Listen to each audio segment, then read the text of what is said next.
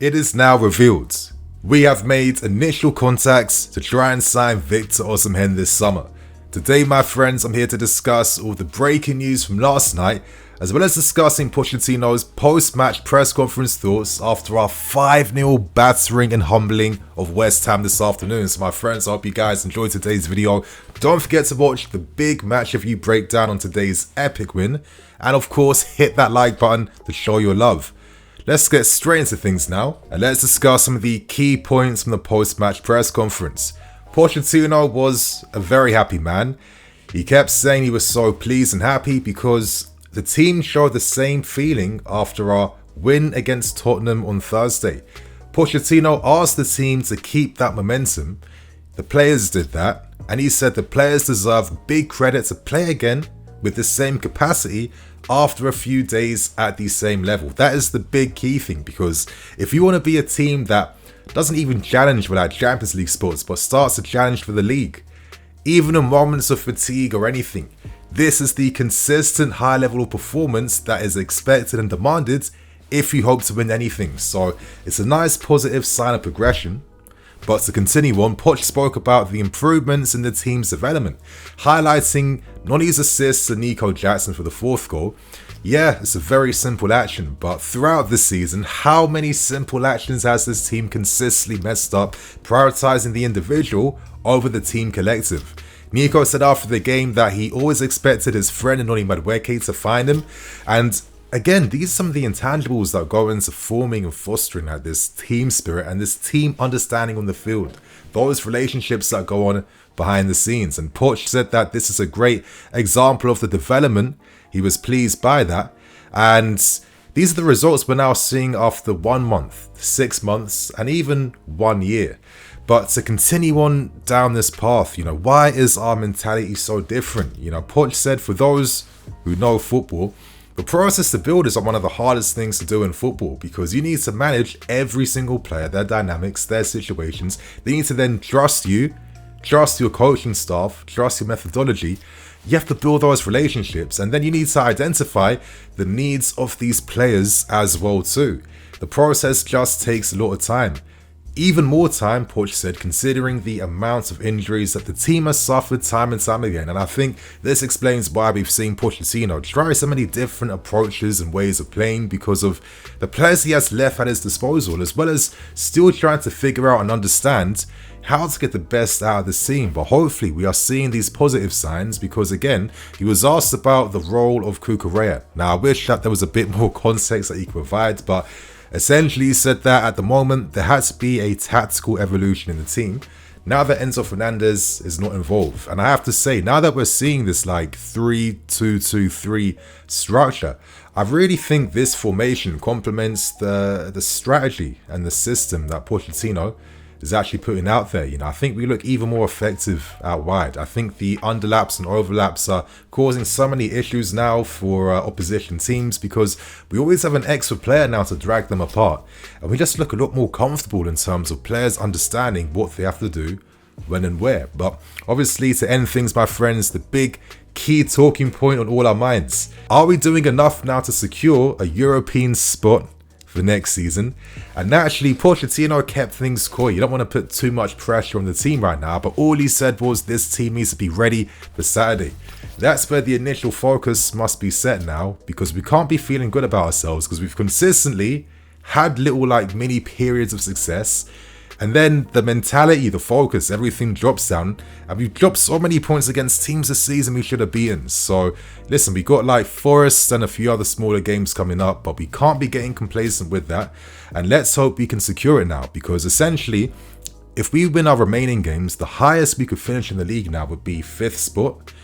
And you're hoping that United and Newcastle will drop points before the season ends. Obviously, if City beat United in the FA Cup final, it means that the Europa League position then goes to the 6th place team. So I'm also hoping that Man City, of course, win the FA Cup. So ultimately, our destiny is in our hands. We control how this season ends, and fingers crossed, Europa League football is the imperative. If we get that, Pochettino will stay. We need that now, because we must secure more sponsorship deals, because that is what's killing us at the moment. So my friends, that's all the key points from the post-match press conference out the way. Let's now tackle and dissect this massive story that dropped last night, and we discuss everything surrounding contact made for Victor Osimhen. Now, as we've known for the past 2 months, we are in a fierce battle alongside Paris Saint-Germain to try and strike a deal. We know that we are looking to negotiate a fee lower than Victor's release clause, so this big story that dropped from Damasio last night, he reports that we have made first contact now in the race to sign Osimhen. Damasio understands that a bid proposal of 80 to 90 million euros, as well as Lukaku and as well as another young player, is the proposal we're looking to make and present towards Napoli. And you know what, I've discussed this story numerous times already, but I guess it's really no surprise that we're looking to, explore a deal now by offering players in exchange. I think that makes a lot of sense. Obviously, Napoli at the moment, the rumour suggests that Antonio Conte may be the success for next season. And your head immediately goes to that reunion between Lukaku and Antonio Conte. Napoli may feel like Lukaku's the best replacement for Osimhen because he has that experience of scoring goals in Serie A. Their new manager has got the best out of him. And that could be a dynamic, hopefully, that works in our favour, right? As we know with Lukaku, he currently has a £37 million release clause. He earns around 7.5 million euros a year. Obviously, Osimhen earns more money whilst currently playing for Napoli. So in terms of the affordability, Napoli are in a much better financial situation compared to Roma. Now, you'd imagine that Lukaku prefers to remain at Roma. However, in press conferences and interviews, he's been very coy around his future, and he seems to be very open-minded. As he said, not looking to make the same mistakes he did last summer by, of course, kind of talking about where he's guaranteed to remain for the season. So you'd like to think that this possible reunion with Antonio Conte could entice him to make that move to Naples, because realistically I think Roma have messed it up because their chances of getting Champions League football are getting slimmer now. Obviously they lost the first leg to Leverkusen, Bologna are ahead of them right now, and ultimately they were hoping to strike another loan deal for Lukaku, which is something we just aren't going to do this season. So I think this is why Lukaku had to keep an open mind. But anyway, going back to these negotiations, I know what some of you man are thinking. Nini, Osimhen, 80, 90 million plus Lukaku plus another young player. Who could this young player even be? Now, if I had to guess, my personal guess and hunch, I'm probably looking at Casadei, because I think to myself right now, we have an abundance of talent in midfield. We've got Lavia, who's set to come back. Andre Santos is doing bits. Igor Chukwu will be coming back as well. I just don't really see Casadei's long-term future at our football club, to be honest with you. I just don't see how he breaks into the team other than finding like a squad role capacity. And I can't imagine we'd keep hold of him for the next 2-3 seasons to see if he's ready for that, knowing the amount of talent we already have at our disposal. So maybe technically he'd be more open to returning back to his home country, having the experience of playing here and feeling like, you know what, I'm ready now to try and fight for a spot at Napoli and kick-starting my future back home.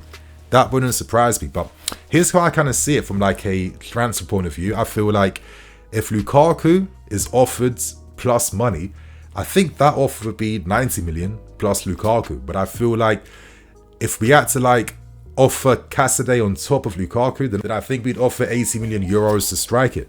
It's very, very expensive, but ultimately we are in a transfer battle alongside Paris Saint-Germain, who have the resources, who have the money, especially after, Mbappe now is set to be going towards Real Madrid. They're saving so much in terms of wages. They've made a very brutal charm offensive towards Osimhen to sell the club towards him, to let them know, listen, we see you here as our future. We can give you Champions League football. We have the spot ready for you.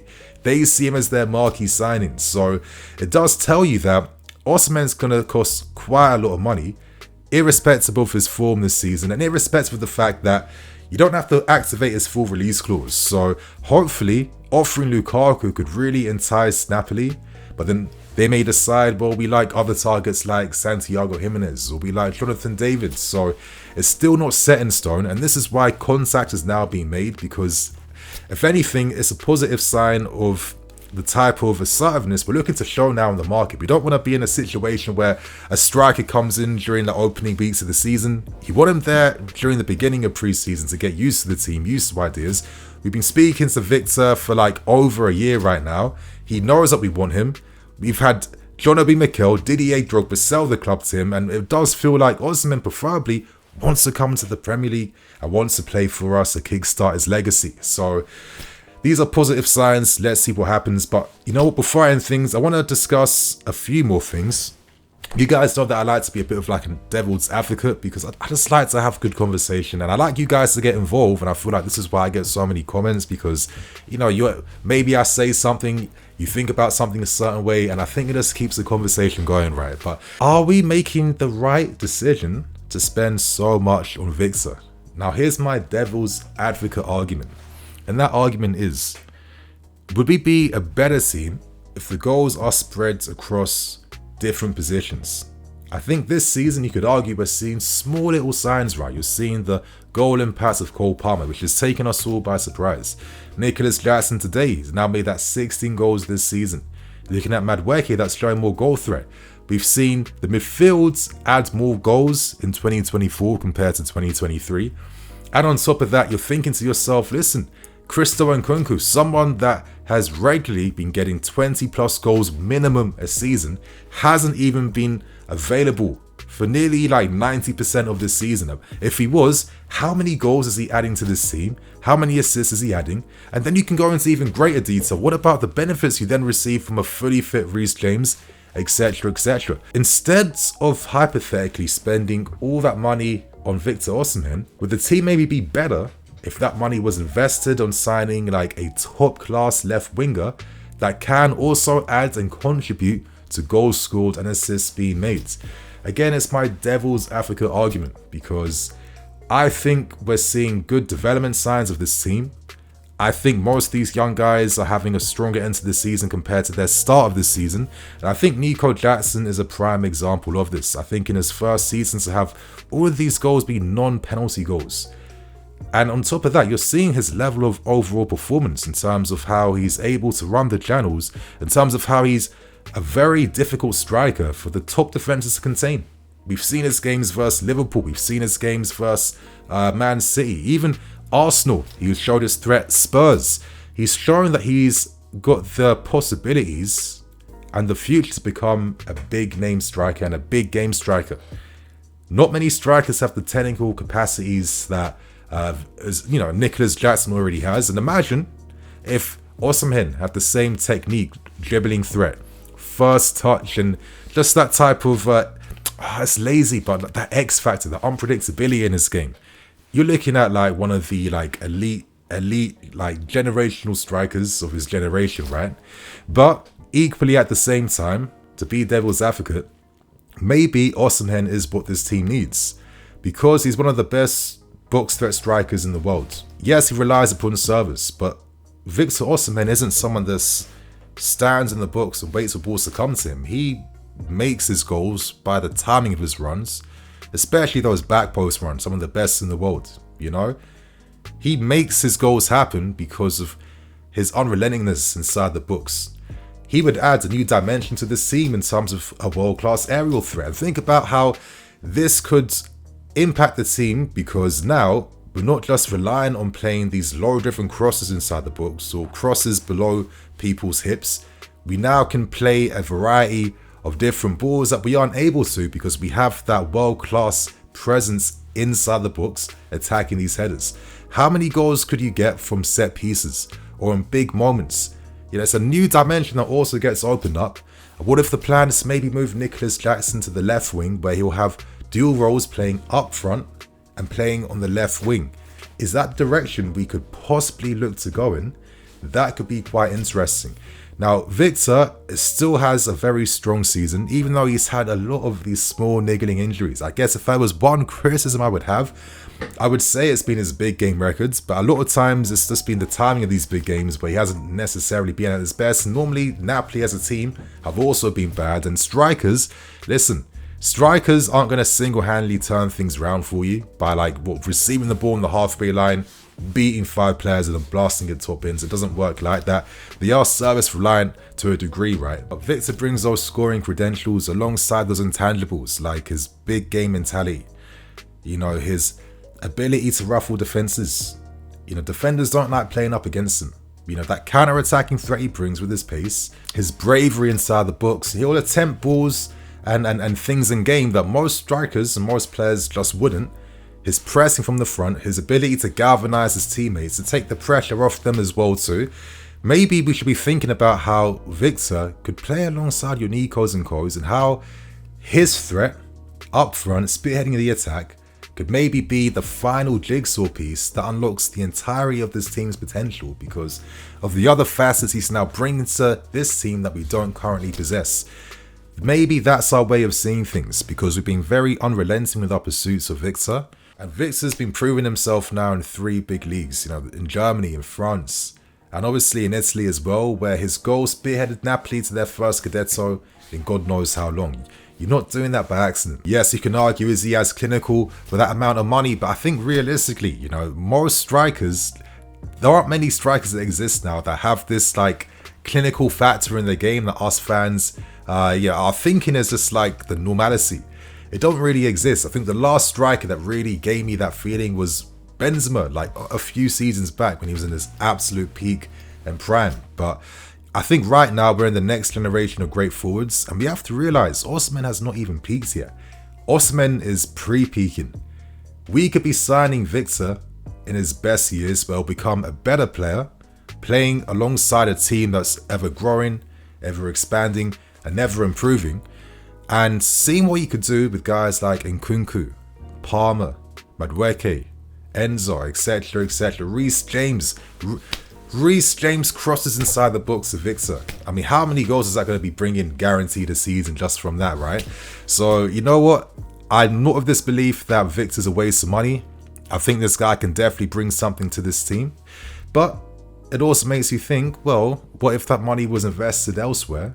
And maybe we just go a different direction? Because, listen, as Chelsea fans, we've been burnt and hurt by signing so many strikers that have underperformed, and when so many big money strikers have failed this way, it's no surprise that most of us fans are going to be a bit skeptical around just this willingness to overspend, especially if it involves including a guy that you just spent 100 million on in Lukaku being involved as a player exchange, so you can pay nearly another 100 million with someone else, when it's not like he's got like 50 goals this season. He's got like a few more than Lukaku. But anyway, my friends, get involved in this conversation. How do you see it? I want to know if you guys see Victor as the signing that you want. And let me know if you disagree with the club's efforts to sign Victor. And instead, who would you target instead? A different striker or a different attacking player? Let us know. But my friends, on that note, I am the FC. This is BlueLionsTV. I'll see you guys tomorrow with some more videos.